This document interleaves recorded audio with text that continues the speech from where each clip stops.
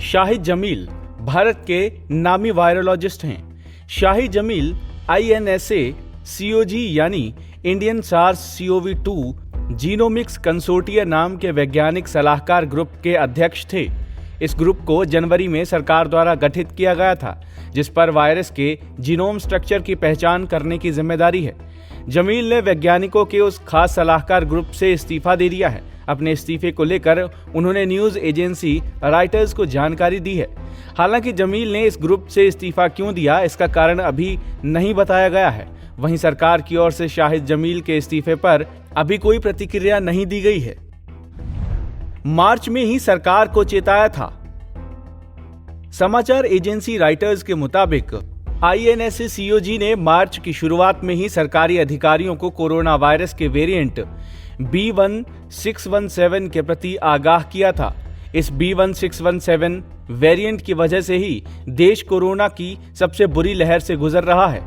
विश्व स्वास्थ्य संगठन भी कह चुका है कि ये वेरिएंट 44 से ज्यादा देशों में फैल चुका है। कोरोना में नए वेरिएंट के बारे में शाहिद जमील लगातार चेता रहे हैं। कोरोना संकट पर सरकार पर उठाए थे सवाल। डॉक्टर जमील ने हाल ही में न्यूयॉर्क टाइम्स में लेख के जरिए भारत में पॉलिसी बनाने के तरीके पर भी सवाल उठाए थे। आरोप लगाया था कि वैज्ञानिकों की डाटा आधारित बातें नहीं सुनी जाती।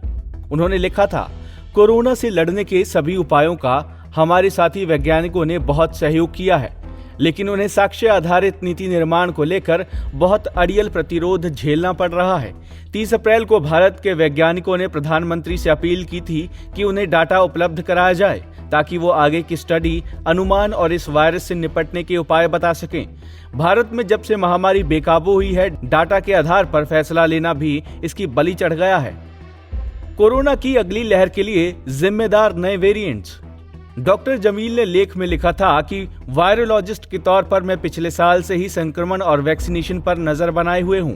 मेरा ऑब्जर्वेशन है कि कई वेरिएंट्स फैल रहे हैं। ये कोरोना की अगली लहर के लिए जिम्मेदार हो सकते हैं। वैक्सीनेशन ही रोक सकता है संक्रमण। जमील ने यह भी कहा कि भारत धीमी वैक्सीनेशन को सहन नहीं कर सकता। यह समय भारी संख्या में वैक्सीनेट करने का है।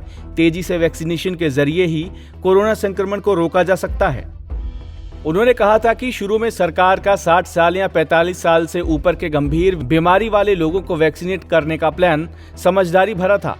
सीरम इंस्टीट्यूट ऑफ इंडिया और भारत बायोटेक कंपनियां वैक्सीन सप्लाई करने में सक्षम थी, लेकिन मार्च के मध्य में सिर्फ 1.5 करोड़ डोज ही डिलीवर हुई।